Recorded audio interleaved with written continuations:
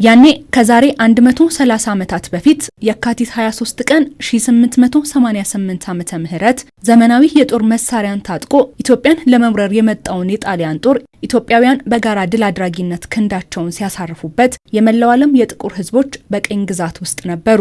የአድዋ ድል ነጮች የጥቁር ሕዝቦች የበላይ ነን ብለው ኃያልነታቸውን ባጸኑበት፣ ጥቁሮችም ይህንኑ አምነው ለዘመናት በተገዙበት ዘመን ኢትዮጵያውያን የተቀዳጁት አንጸባራቂ ድል ሆኖ ነጮች በጥቁሮች መሸነፍ እንደሚችሉ ማረጋገጫን ሰጠ።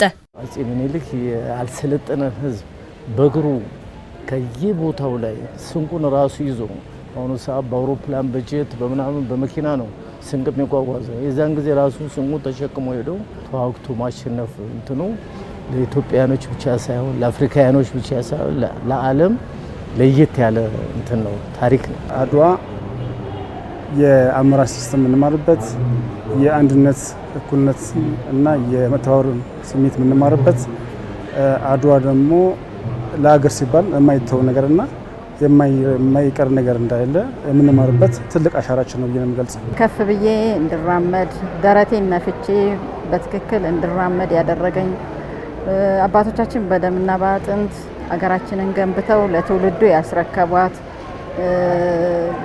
ብዙ ነገራችን ብዙ ሀብታችንም ነች። እንደ ብሔራዊ ሀብት ነው።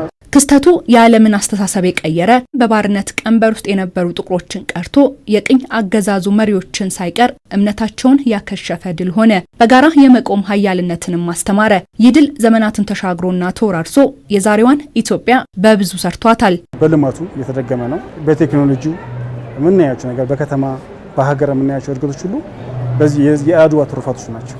ምክንያቱም እያንዳንዱ ልማት ለማልማት ሀገር ለማሳደግ ቴክኖሎጂን ለማምጣት ሁሉም ነገር ማለት መጀመሪያ ሰላሞች መቆም አለብሽ።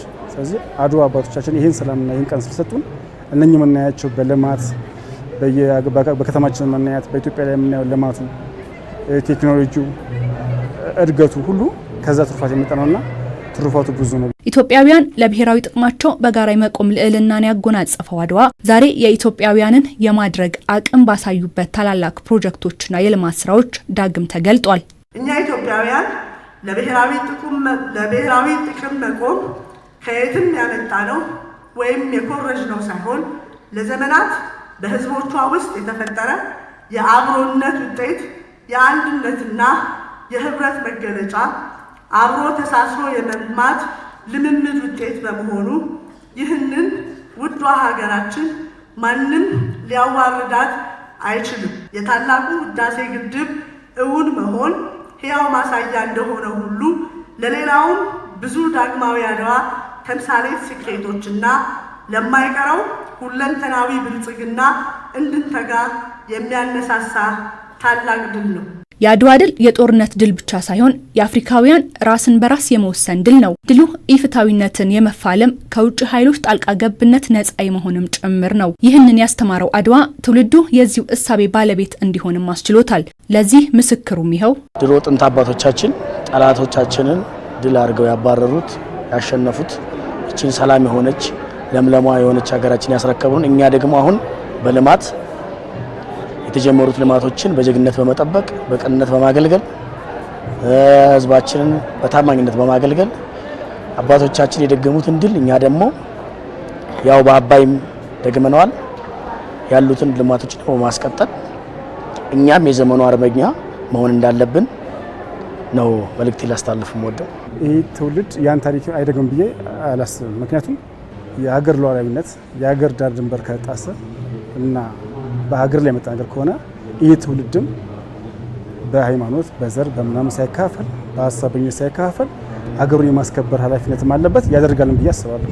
የአድዋ ድል የጦር ሜዳ ወታደራዊ ድል ብቻ ሳይሆን የህዝባችንን ክብር የሚቀዳጅ ድል፣ የአፍሪካ የራስን ዕድል በራስ የመወሰን ድል፣ የጥቁር ህዝቦች ድል፣ ከሁሉ በላይ ደግሞ ኢፍትሐዊነትን የመፋለም ከውጭ ኃይሎች ጣልቃ ገብነት ነፃ የመሆን ድንበርና ትውልድን የሚያሻግር ወሳኝ ድል ነው።